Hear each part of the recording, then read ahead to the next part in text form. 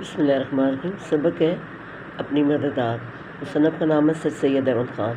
اب سوال یہ دوسرا ہے کہ سر سید خیال میں کون سی قوم ذلیل و بے عزت ہو جاتی ہے اس دنیا میں، ٹھیک ہے؟ تو سر سید احمد خان نے اپنے مقالے اپنی مدد آپ میں قوم کی ذلت و بے عزتی کے اسباب جو ہے وہ واضح کیے ہیں، جو 4 ہیں، ٹھیک ہے؟ اب پہلا کیا ہے؟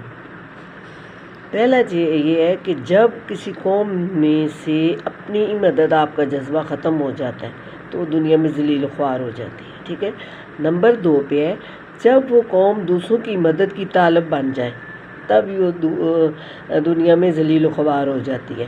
نمبر 3 پہ ہے جب اس قوم میں سے غیرت اور عزت نفس کا مادہ ختم ہو جائے، یعنی اپنی عزت کا خیال ہی نہ ہو کہ آپ نے دوسروں سے مدد مانگی ہے تو وہ آپ کی بے عزتی کر رہے ہیں، آپ کو جو ہے ذلیل و خوار کر رہے ہیں، لیکن آپ اس بات کو نہیں سمجھ رہے، تو آپ میں غیرت نہیں ہے، تو ظاہر ہے وہ قوم جو ہے دنیا کی قوموں میں وہ قوم جو ہے وہ ذلیل اور خوار ہو جاتی ہے۔ اس کے بعد ہے چوتھے نمبر پہ جب کوئی قوم اپنے مسائل کے حل کے لیے خود کچھ کرنے کے بجائے دوسروں پر آس لگاتی ہے، دوسروں سے کا سہارا مانگتی ہے، تو وہ قوم جو ہے دنیا میں ذلیل و خوار ہو جاتی ہے۔ اب اس کے بعد اگلے نمبر پہ ہے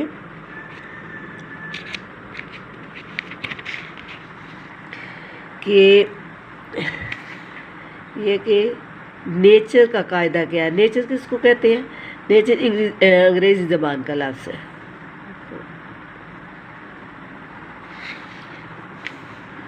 اب اس میں ہے کہ سر سید نے اپنے مقالے اپنی مدد آپ میں نیچر کے ایک قاعدے کا بھی ذکر کیا۔ اب وہ کیا ہے؟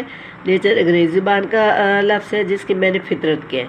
نیچر ہمیشہ انسانی مزاج اور طبیعت پر اثر انداز ہوتی ہے، یعنی یہ جو ہمیں فطرت نظر آ رہی ہے وہ ہماری مزاج پر اثر انداز ہوتی ہے۔ نیچر کا قاعدہ رسول یہ ہے کہ کسی قوم کا جیسا چال چلن اور طور طریقہ ہوگا اسی کے مطابق اس پر حکمران بھی آئیں گے۔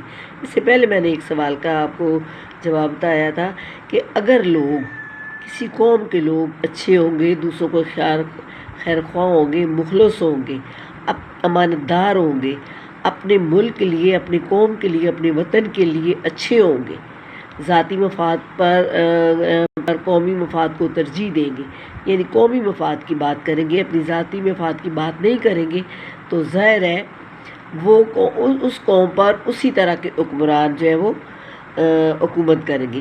لیکن اگر قوم کے جو اعمال ہیں وہ اچھے نہیں ہیں، وہ بدچلن ہے، امانت دار نہیں ہے، مخلص نہیں ہے، اپنے ملک کی خیر خواہ نہیں ہے، تو ظاہر ہے ایسے لوگوں پر پھر جو حکمران مسلط ہوتے ہیں وہ بھی بالکل اسی طرح کے ہوتے ہیں۔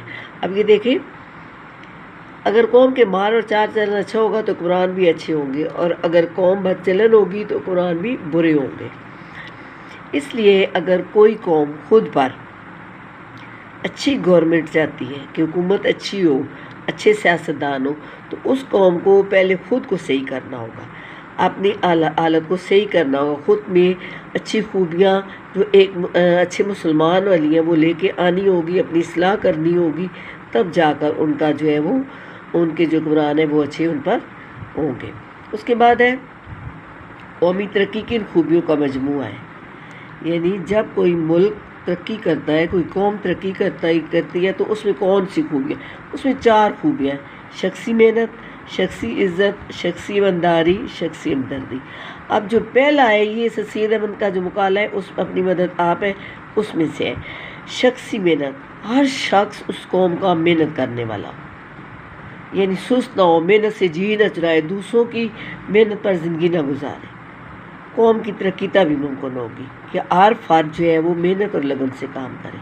اس کے بعد ہے کہ اپنی عزت کا خیال ہو، عزت نفس کا، ہر شخص اپنی عزت نفس کا خیال رکھے، اپنے وقار کا خیال رکھے، ایسا کوئی کام نہ کرے جس سے اس کی بے عزتی ہو معاشرے میں۔